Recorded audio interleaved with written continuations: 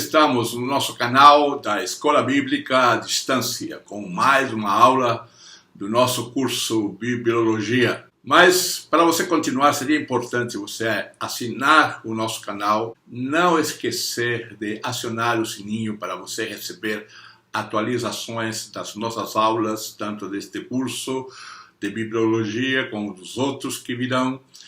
É por isso que é importante você assinar o canal e clicar no sininho. E não esqueça de deixar os comentários também. E aqui no nosso comentário você vai encontrar link para novos cursos, link para cursos que são extremamente baratos e importantes. Eles têm visualização eterna, visualização por toda a vida. Você pode comprar e aí você vai ficar com esse curso pelo resto da sua vida. Quando quiser, no tempo que quiser, você vai estar ingressando na plataforma e estudando esses cursos. Por isso é importante você continuar conosco. E se você quiser estudar comigo, mentoria particular, não esquece, manda um e-mail para mim. Vamos conversar, vamos te ajudar nos seus estudos, na sua pesquisa, na sua pregação, naquilo que esses 40 anos nós aprendemos no dia a dia do ensino teológico para transmitir para você. Então, nós esperamos que estes cursos, estas aulas sejam de grande bênção para a sua vida. Nós vamos estar tratando assuntos importantíssimos sobre essa questão bíblica. Beleza, gostou da aula 4, como interpretar a Bíblia? Ainda tem mais. Temos a aula agora, a parte 2, para você interpretar melhor a Bíblia. E vamos oferecer mais tarde alguns cursos mais aprofundados sobre hermenêutica, para que você se torne um estudante da Bíblia, não somente um leitor, mas um estudante que se aprofunda nas Escrituras Sagradas. Então, conta com a gente para que possamos juntos aprendermos sobre a Palavra de Deus. E não esquece de assinar o canal e acionar o sininho, tudo aqui embaixo. Vai lá e vamos agora para a nossa aula de número 5, como interpretar a Bíblia, parte 2. Bom, vamos continuar então agora com o nosso curso de doutrina da Bíblia ou Bibliologia, com o propósito de você entender um pouco melhor as Escrituras e ter uma melhor e boa interpretação da Bíblia.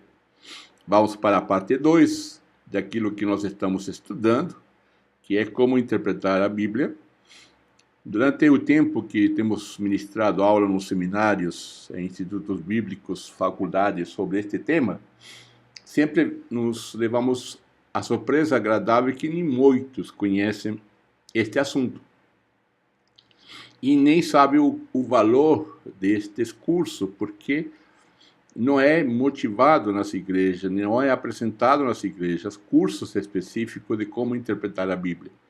Eu acho que essa é uma questão que as igrejas precisam ter no seus currículos, treinamento específico para interpretar a Bíblia. E neste curso, ou nesta aula de hoje, nós queremos que você chegue ao conhecimento de que Jesus, Deus Pai, Deus Filho, Deus Espírito Santo, tem um grande interesse que você entenda a mensagem. Ele deixou uma palavra para você entender, para assim você passar a adorar com uma compreensão e interesse maior, porque você vai enxergar o quanto Deus está interessado na nossa vida.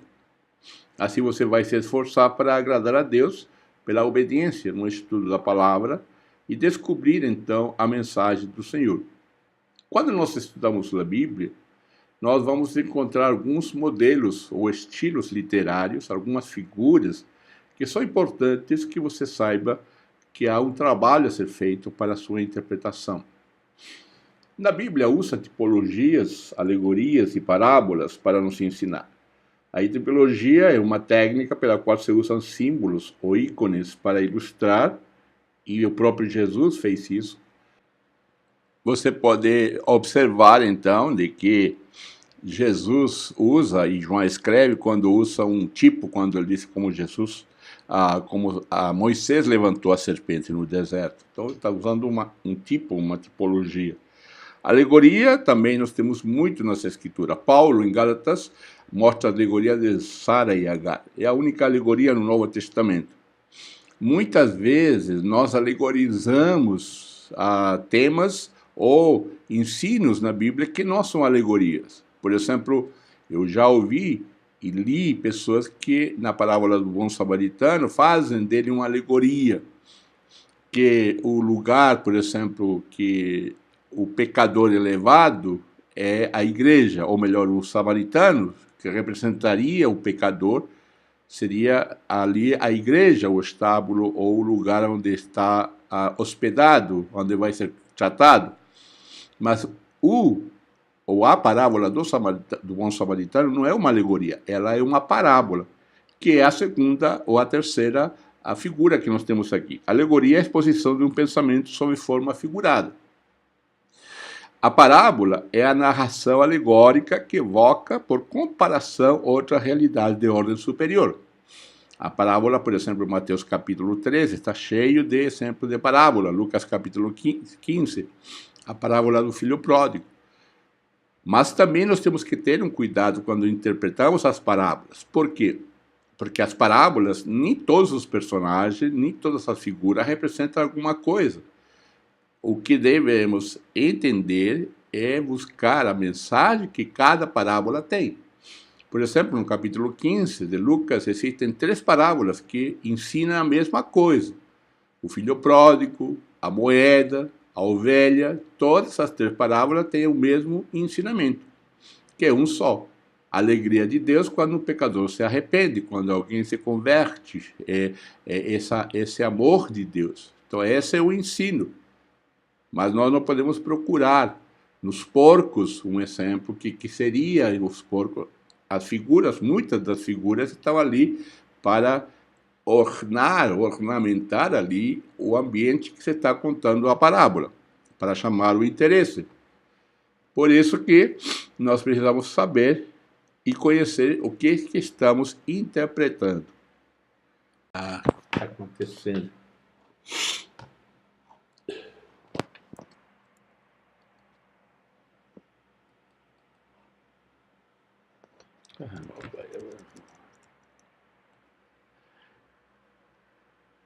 Desta maneira, então, que nós podemos aprender é que as figuras ou nas parábolas nós necessariamente não precisamos ter essa obrigação de descobrir em cada uma delas o que significa, o que precisamos achar. Não, o que nós precisamos encontrar é exatamente qual é o ensino dessa parábola central. Bom, já temos visto algumas coisas esses princípios dessas 3 figuras. Vamos ver agora os princípios de interpretação bíblica. Logicamente, para alguém que é cristão, que deseja conhecer a vontade de Deus, veja bem, o cristão procura entender a palavra de Deus não simplesmente como um livro que você vai pesquisar. O ateu pode fazer, qualquer pessoa pode fazer. Mas o cristão que declara uma fé em Jesus, ele passa por um processo de novo nascimento para que esta palavra tenha o efeito na sua vida. Assim, então, a palavra de Deus leva você a ter uma experiência pessoal à luz da palavra. E isso significa o quê? Que a experiência pessoal deve ser feita à luz da Bíblia e não a Bíblia à luz da experiência pessoal. Com certeza você e eu usamos, não, eu sinto que não é verdade, eu sinto o que Deus quer. Nós não andamos pelo sentimento, nós andamos pela fé, e quando a palavra dá uma ordem, nós devemos obedecer e não sentir. Muitas vezes a nossa experiência pode causar um problema na interpretação, porque queremos que a Bíblia aprove a nossa experiência. Mas é o contrário, nós temos que comprovar essa experiência com Deus à luz da palavra de Deus. Os exemplos bíblicos só têm autoridade quando amparados por um mandamento. O que significa isto? Há muita coisa na Bíblia que Deus fez e provou para o povo de Israel e para o povo de Deus, mas nós não podemos nos valer dessa experiência, por exemplo, no livro de Atos, para haver uma doutrina, se não houver um ensino claro nessa escritura de que é um mandamento. Por exemplo, em Atos nós temos que as pessoas vendiam tudo e davam o dinheiro para a igreja, ou para os apóstolos. Então, vamos fazer isso? Isso é uma realidade? No momento, no livro de Atos, não há nenhum mandamento. Podemos fazer isso? Podemos, mas não é um mandamento. Não existe no Novo Testamento esta orientação, esta prática de que isto é uma prática costumeira ou faz parte da fé cristã. É evidente que há muitos ensinos sobre o cuidado dos pobres e do dinheiro. Então, os princípios da interpretação bíblica já começam nos apresentando estas três coisas. Uma quarta coisa também é importante, que a escritura tem somente um sentido e deve ser tomado literalmente. Claro que há exemplos em que o sentido, ou melhor, a própria Bíblia vai mostrar que ali é um caso figurado, uma figura, uma alegoria, uma tipologia. Por exemplo, no Apocalipse é muito forte, diz que Satanás foi amarrado. Amarrado, mas como amarrar Satanás? Como se amarra? Que correntes se usam para amarrar? Que cadeia? Então, estas figuras nós devemos ter cuidado em interpretar. Por exemplo, Deus, ou Jesus diz que se teu olho pecar, temos que arrancar o olho. Isso é literal? Claro que não. Então, há textos, claro, que nós devemos tomar literalmente, mas nós devemos ter também a condição de saber quando que é literal, quando que é figura.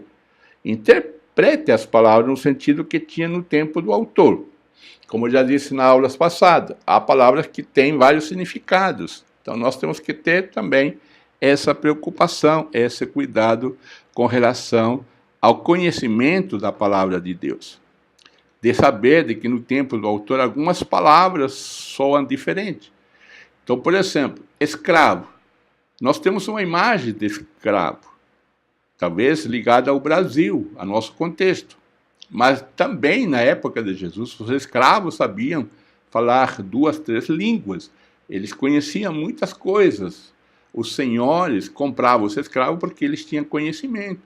Então, há algumas diferenças que a gente precisa ter cuidado, porque a Bíblia se interpreta dinamicamente.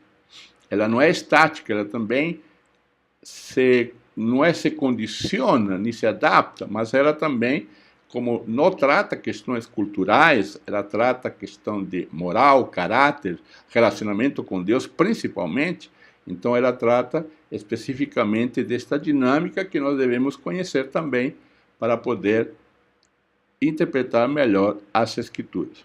Como já falamos, a tipologia, que é a técnica que se usam símbolos ou ícones para ilustrar, e que Jesus usou.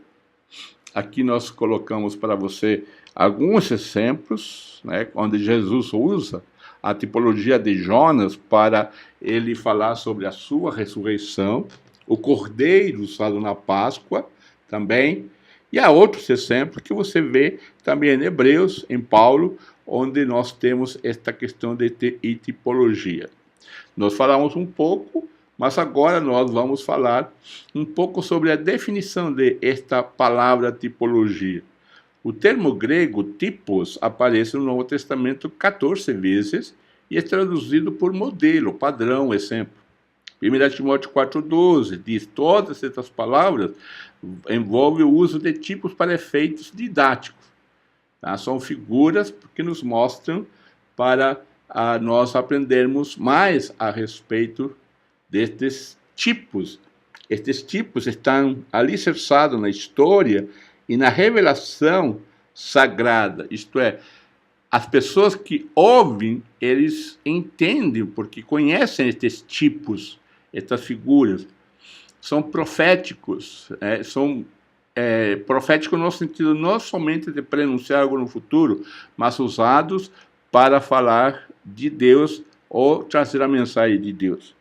Fazem parte integral da história sagrada e da doutrina cristã, e não foram inventadas posteriormente por rabinos ou místicos. Então, o que nós temos, por exemplo, o símbolo, o tipo de pão, este é meu corpo, e outros tipos que nós podemos ter na Bíblia e no Novo Testamento especificamente. E principalmente uma das coisas marcantes desta tipologia, que elas são cristocêntricas. Elas devem apontar para Jesus.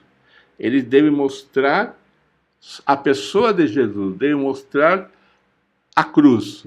O centro da mensagem do Novo Testamento é Jesus. É a vida e morte de Jesus Cristo, a sua obra. Esse é o Evangelho. Qualquer outro adereço pode ser gosto pessoal, mas o Evangelho de Jesus precisa ser definido claramente. Questões morais, questões que não estão no Evangelho de Jesus, são questões pessoais, particulares, e que devem ser tratadas de uma forma local de igreja. O Evangelho de Jesus é que Cristo morreu por nós, ainda sendo pecadores, para perdão dos nossos pecados. Essa é a definição de Paulo em Atos e em Coríntios, principalmente, capítulo 15. São excelentes para instrução e edificação. Cada tipo prova ou mostra como uma espécie de janela. Tá? Permite a entrada de uma luz sobre o assunto que está sendo estudado. Então, ele serve como uma ilustração, abre uma janela. Nós temos vários exemplos bíblicos, por exemplo, Cristo se tornando o segundo ou o último Adão. Temos também a Páscoa, que ilustrava a morte de Cristo, o Cordeiro Pascal. Temos o tabernáculo, que foi figura do ministério de Cristo, e isso está muito claro no livro de Hebreus. Então, a tipologia é algo que a gente precisa conhecer para trabalhar também quando interpreta as Escrituras. A outra figura que nós falamos é a alegoria. A alegoria vem do grego alegoreo, que é falar simbolicamente. É a narrativa em que as pessoas representam ideias ou princípios. As narrativas bíblicas são histórias verídicas e não alegorias. Temos, no entanto, uma aplicação alegórica feita pelo apóstolo Paulo, em Gálatas capítulo 4, de Sara e Agar. Então, ali se encontra uma referência que a palavra alegoria aparece, e é no único lugar que aparece em toda a Bíblia. Esta alegoria de Sara e Agar mostra sobre o problema da lei e a graça. Então, a alegoria é algo simbólico, não é histórico. Então, por exemplo, uma história eu posso tornar alegoria. Por exemplo, a guerra de Davi, a luta de Davi, um exemplo. Davi e Saul. E eu posso dizer que as 3 pedras, ou as 4 pedras, ou as 5 pedras que Davi usou, cada pedra simboliza uma figura de fé, palavra. Isso eu posso inventar numa alegoria. Mas o texto é histórico, não é alegórico. Então, essa é uma questão que nós não podemos transformar as histórias em alegoria. Parece difícil, mas isto deve ser bem fácil para você entender e descobrir melhor a palavra de Deus. A parábola é outro elemento bem interessante. Podemos chamar de uma alegoria maior, né?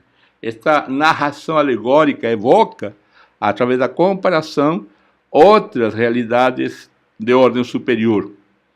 E uma definição de parábola é formada por 2 parábolas. Para, ao lado, de balo, é jogar, colocar, cujo significado literal é colocar ao lado com, manter ao lado de, comparar.